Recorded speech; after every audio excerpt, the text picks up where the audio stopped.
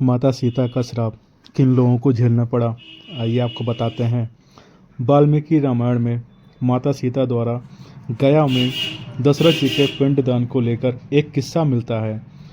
गया में ऐसे 5 लोग थे जिन्होंने झूठ बोला, जिसके कारण उन्हें माता सीता का श्राप झेलना पड़ा।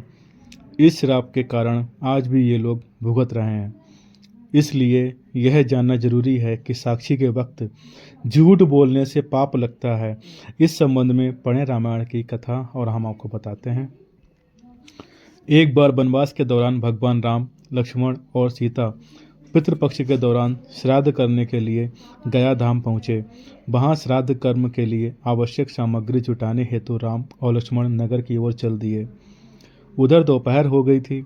पिंडदान का कुतब समय निकलता जा रहा था और सीता जी की व्यग्रता बढ़ती जा रही थी। तभी दशरथ जी की आत्मा ने माता सीता के समक्ष पिंडदान की मांग कर दी।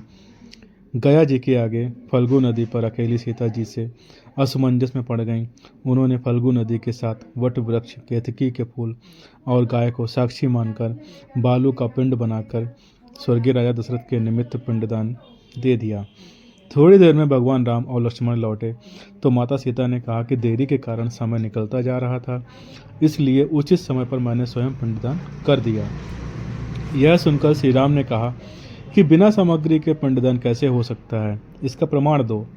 तब सीता जी ने कहा कि यह फल्गु नदी की रेत, केतकी के फूल, गाय और वट वृक्ष मेरे द्वारा किए गए श्राद्ध कर्म की गवाही दे सकते हैं, लेकिन फल्गु नदी, गाय और केतकी के फूल तीनों इस बात से मुकर गए। सिर्फ वट वृक्ष ने सही बात कही।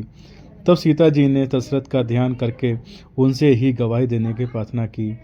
दशरथ जी ने सीता जी की प्रार्थना स्वीकार कर घोषणा की कि एन वक्त पर सीता ने ही मुझे पिंडदान किया। इस पर राम आश्वस्त हुए, लेकिन तीनों गवाहों द्वारा झूठ बोलने पर सीता जी ने उनको क्रोधित होकर श्राप दिया कि फल्गु नदी, जा तू सिर्फ नाम की नदी रहेगी, तुझमें पानी नहीं रहेगा।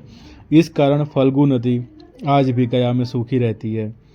गाय को श्राप दिया कि तू पूज्य होकर भी लोगों का झूठा खाएगी, और केतकी के फूल को श्राप दिया कि तुझे पूजा में कभी नहीं चढ़ाया जाएगा। वट वृक्ष को सीता जी का आशीर्वाद मिला कि उसे लंबी आयु प्राप्त होगी और वह दूसरों को छाया प्रदान करेगा, तथा पतिव्रता स्त्री तेरा स्मरण करके अपने पति की दीर्घायु की कामना करेगी। यही कारण है कि गाय को आज भी जूठा खाना पड़ता है। केतकी के फूल को पूजा पाठ में वर्जित रखा गया है, और फल्गु नदी के तट पर सीता कुंड में पानी के अभाव में आज भी सिर्फ बालू या रेत से पिंडदान दिया जाता है।